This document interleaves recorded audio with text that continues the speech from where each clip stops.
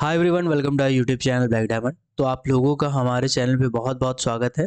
आप चाहे किसी भी डिसिप्लिन के हो, किसी भी स्ट्रीम के हो, माइनिंग सेक्टर में अगर आप अपना करियर बनाना चाहते हैं तो चैनल को जरूर से जरूर सब्सक्राइब कीजिएगा और बेल आइकन को प्रेस कर दीजिएगा ताकि जब भी मैं वीडियो डालूं नोटिफिकेशन सबसे पहले आप तक पहुंचे। तो आज मैं जो वैकेंसी लेके आया हूँ वो बहुत सारी वैकेंसीज है। बहुत सारी वैकेंसीज का मतलब है कि एक ही कंपनी है एनएलसी करके, नवेली लिग्नाइट कॉर्पोरेशन, लेकिन उसमें बहुत सारा वैकेंसी अलग अलग पोस्ट का है।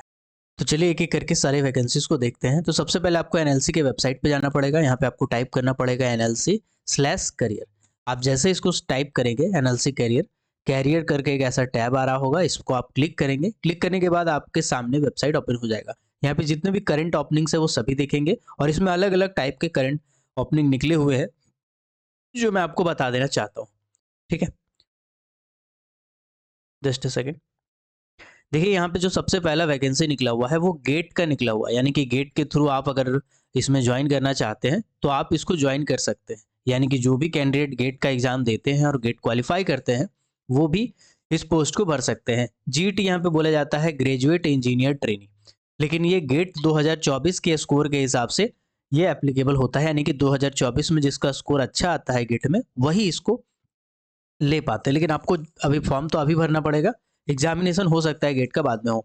तो यहाँ पे डिटेल एडवर्टाइजमेंट में आप क्लिक करेंगे तो आपके सामने एडवर्टाइजमेंट ओपन हो जाएगा और ये आप पूरी डिटेल में देख सकते हैं। यहाँ पे कौन कौन से ब्रांच की कितनी वैकेंसी मैं आपको शॉर्ट में बताता हूँ। मैकेनिकल की जो टोटल सीट है वो आपका जो टोटल सीट है वो 34 है। इलेक्ट्रिकल की बात करें तो टोटल सीट है 18। इसी तरह से आप आगे फर्दर देखेंगे तो सिविल का टोटल 15 है। कंट्रोल एंड इंस्ट्रूमेंटेशन का टोटल 10 है। अब इसमें कौन कौन अप्लाई कर सकते हैं वो यहाँ पे डिटेल में लिख दिया गया है। अब बाकी अगर फर्दर इसको पूरा डिटेल में देखना चाहते हैं तो आप इसको वेबसाइट में जाके देख सकते हैं। आपका बेसिक 50,000 रुपया रहने वाला है और E2 ग्रेड में आपका डायरेक्ट ज्वाइनिंग होगा। बाकी आप यहाँ पे डिटेल चाहें तो देख सकते हैं, अप्लाई कैसे करना है क्या करना है यहाँ पे आप देख सकते हैं। ठीक है, माइनिंग ब्रांच का चूंकि इसमें वैकेंसी नहीं है इसलिए हम लोग फर्दर मूव करते हैं अगले वैकेंसी के ऊपर। तो पहला वैकेंसी तो गेट का मैंने बताया। दूसरा जो वैकेंसी निकला हुआ है वो निकला हुआ है साइंटिफिक या टेक्निकल पर्सनल का, और ये एफटीई बेस्ड पे है। मतलब क्या होता है मैं आपको बताता हूँ। एनएलसी नाम की एक कंपनी है जो कि एक सेंट्रल गवर्नमेंट की कंपनी है और इसके अंदर में जो वैकेंसी निकला है वो निकला हुआ है साइंटिफिक टेक्निकल पर्सनल का, जो कि फिक्स्ड टर्म एम्प्लॉयमेंट है। यानी एक पर्टिकुलर टाइम के लिए आपको जॉब दिया जाता है और वो पीरियड रखा गया है 3 साल। यानी 3 साल तक के लिए आपको जॉब दिया जाएगा और ये R&D सेक्टर यानी रिसर्च एंड डेवलपमेंट सेक्टर का जॉब है। इसमें अप्लाई करने के लिए कौन कौन सा पोस्ट का वैकेंसी मैं आपको बता देता हूं। अगर आपके परिजन में या आपके जान पहचान में किसी के पास भी अगर ये योग्यता है तो प्लीज इनको ये वीडियो जरूर फॉरवर्ड कीजिएगा, क्योंकि ये सब कंपनीज के बारे में लोगों को नहीं पता चल पाता है। जो रिसर्च एंड डेवलपमेंट सेक्टर वाले होते हैं और जो केमिस्ट्री का या बायोटेक्नोलॉजी का या माइक्रोबायोलॉजी या मैन्युफैक्चरिंग या मैकेनिकल इन ब्रांच से होते हैं उनको ये सब कंपनी के बारे में ज़्यादा आइडिया नहीं रहता है, जिसके कारण सीट बहुत कम फुल होता है, कंपटीशन बहुत कम रहता है। तो आपके अगर कोई परिचित में है तो उनको जरूर फॉरवर्ड कीजिएगा। सबसे पहला पोस्ट है जूनियर इंजीनियर साइंटिफिक का, जो कि F1S ग्रेड में आता है। टोटल इसका सीट 8 है। 38,000 आपका कॉन्सोलिडेटेड पर मंथ पे रहेगा, मतलब पूरा पूरी पैसा आपको 38,000 रुपये महीना दिया जाएगा। इसके लिए जो एसेंशियल क्वालिफिकेशन होना चाहिए, जो एजुकेशनल क्वालिफिकेशन होना चाहिए वो होना चाहिए कि या तो अपने फुल टाइम या पार्ट टाइम BSc केमिस्ट्री किया हो या तो अप्लाइड केमिस्ट्री किया हो। अगर जूनियर इंजीनियर माइक्रोबायोलॉजी की बात करें तो उसका टोटल एक पोस्ट है। इसमें भी 38,000 पेमेंट रहने वाला है, सब में 38,000 पेमेंट है। ठीक है, इसमें माइक्रोबायोलॉजी जो BSc से किए हो या फिर जो बायोटेक्नोलॉजी किए हो, ग्रेजुएशन किए हो, अब वो अप्लाई कर सकते हैं। मैकेनिकल की बात करें, जूनियर इंजीनियर मैकेनिकल की, तो उसमें बोला गया है कि जो मैकेनिकल किए हो या प्रोडक्शन इंजीनियरिंग किए हो या मैन्युफैक्चरिंग इंजीनियरिंग किए हो ये आपका अप्लाई कर सकते हैं। यहाँ पे बोला गया है कि एनडीटी लेवल 2 सर्टिफिकेट अगर आपके पास है तो आपको डिजायरेबल यानी कि प्रेफरेंस दिया जाएगा। इसके बाद सिविल की बात करें तो जिन्होंने डिप्लोमा इन सिविल किया है वो अप्लाई कर सकते हैं। इसमें एक्सपीरियंस की बात करूं तो एक्सपीरियंस उसमें नहीं मांगा गया है, फ्रेशर्स अप्लाई कर सकते हैं और कॉन्सोलिडेटेड पे में एक अच्छा आपको इनिशियल स्टार्ट मिल जा रहा है। बहुत अच्छा, एक तरह से देखा जाए तो बहुत अच्छा शुरुआत आपको हो सकता है। ठीक है, क्योंकि यहाँ काम करने के बाद फिर आपको बेसिकली बहुत सारी कंपनीज का आइडिया होगा और 3 साल का एक्सपीरियंस एनएलसी का मायने रखता है। एक सेंट्रल गवर्नमेंट के अंदर अगर आप काम कर रहे हो 3 साल तो मायने रखता है। चलिए, मेथड ऑफ सिलेक्शन में बात करते हो तो रिटन टेस्ट के हिसाब से सिलेक्शन होगा। इसमें 2 सेक्शन होते हैं, पार्ट 1 और पार्ट 2। पार्ट ए में 30 क्वेश्चन होंगे, general aptitude, reasoning, general awareness, math ये सब रहेगा, बाकी 70 नंबर का आपका टेक्निकल से रिलेटेड क्वेश्चन रहेगा। अगर आप फर्दर इसको देखना चाहते हैं तो आके इसको स्क्रॉल करके पूरा डिटेल में देख सकते हैं क्या अप्लाई करना है, कैसे अप्लाई करना है। चूंकि माइनिंग की वैकेंसी नहीं है इसलिए हम लोग अगले टॉपिक पे बढ़ते हैं। अगला जो वैकेंसी निकला हुआ है वो है रिक्वायरमेंट ऑफ फार्मिस्ट। फार्मिस्ट का जो वैकेंसी है बहुत ही कम में निकलता है, बहुत ही रेयर केस में निकलता है, और चूंकि अभी निकला हुआ है तो आपकी पहचान परिचित में अगर कोई भी है तो उनको जरूर फॉरवर्ड कीजिएगा, क्योंकि उनका करियर बन सकता है आपके शेयर से, तो उनको जरूर शेयर कीजिएगा। तो ये जो वैकेंसी है, चलिए इसके बारे में भी हम लोग देख लेते हैं शॉर्ट में। तो ये वैकेंसी निकला हुआ है और ये एक परमानेंट वैकेंसी है, कोई कॉन्ट्रेक्चुअल वैकेंसी नहीं है। मतलब एनएनसी के अंदर एक सेंट्रल गवर्नमेंट कंपनी में परमानेंट एम्प्लॉय बन के रहेंगे।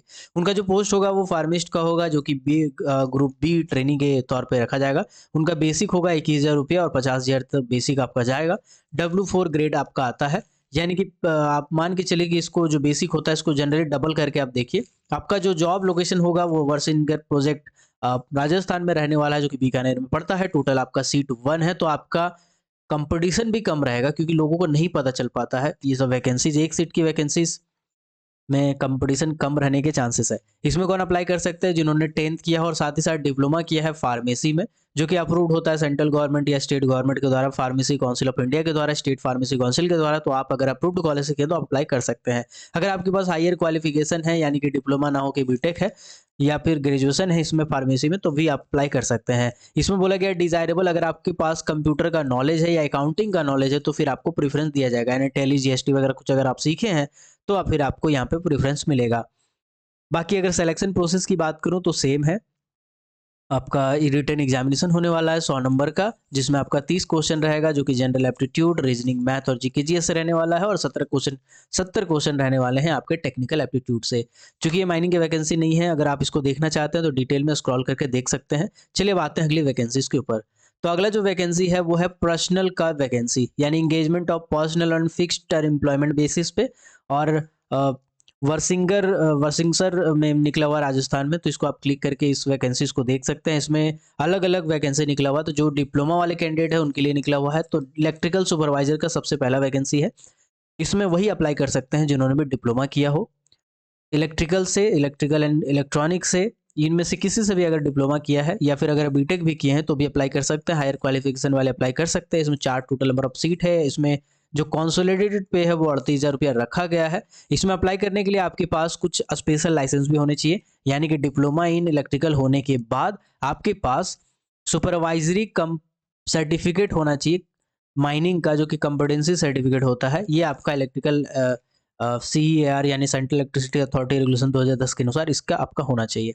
इसके बाद बोला गया है कि 1 साल का आपके पास वर्क एक्सपीरियंस होना चाहिए, जो कि इस सर्टिफिकेट को लेने के बाद का होना चाहिए। ठीक है, बाकी यहाँ पे स्पेशलाइजेशन लिखा हुआ, आप चाहें तो पढ़ सकते हैं, हाई टेंशन लो टेंशन वाला। ठीक है, इसके बाद जो दूसरा वैकेंसी है वो इलेक्ट्रीशियन का। इसमें कोई आपका बेसिकली एक्सपीरियंस नहीं मांगा गया। इसमें 3 नंबर ऑफ सीट है, 30,000 आपका पे रहने वाला है, यानी कि सैलरी रहने वाला है पूरा पूरी जोड़ जाड़ के। 10th आप किए हो, साथ ही साथ ITI अगर आप किए हो इलेक्ट्रीशियन ट्रेड में तो अप्लाई कर सकते हैं।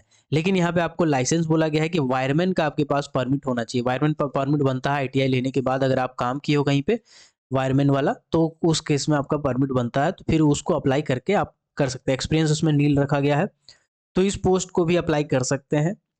सेम सिलेक्शन प्रोसेस में रहने वाला है कि आपका 30 नंबर का जनरल एप्टीट्यूड वगैरह वगैरह रहेगा और 70 नंबर का टेक्निकल पेपर रहेगा। 100 नंबर का टोटल एग्जाम होगा, 4 ऑप्शन रहेंगे, नेगेटिव मार्किंग नहीं रहेगा। जिनमें से जितने एग्जाम के बारे में मैंने अभी बताया, जितने सारे वैकेंसीज के बारे में बताया, किसी में नेगेटिव मार्किंग नहीं रहने वाला, और इसका pen and paper based OMR sheet का बेसिस पे एग्जामिनेशन होता है। ठीक है, आई होप ये छोटा सा वीडियो आपके लिए काम का होगा। हो सकता है इसमें आपके काम का कुछ ना हो, लेकिन हो सकता है कि आप किन्हीं को ऐसा जानते हो जिनके काम का ये वीडियो हो, तो जिनको जरूर फॉरवर्ड कीजिएगा। माइनिंग सेक्टर की वैकेंसीज में बाकी जो सेक्टर वाले होते हैं उनका थोड़ा ध्यान कम रहता है, जिसके चलते कंपटीशन बहुत कम रहता है इन सेक्टर में, और कंपटीशन कम रहने के कारण उनके ज़्यादातर चांसेस होते हैं कि जॉब हो जाए, अगर अच्छे से की है तैयारी तो। चलिए मिलते हैं अगले किसी और वीडियो में किसी और टॉपिक के साथ। तब तक के लिए keep watching, keep supporting, till then, जय हिंद।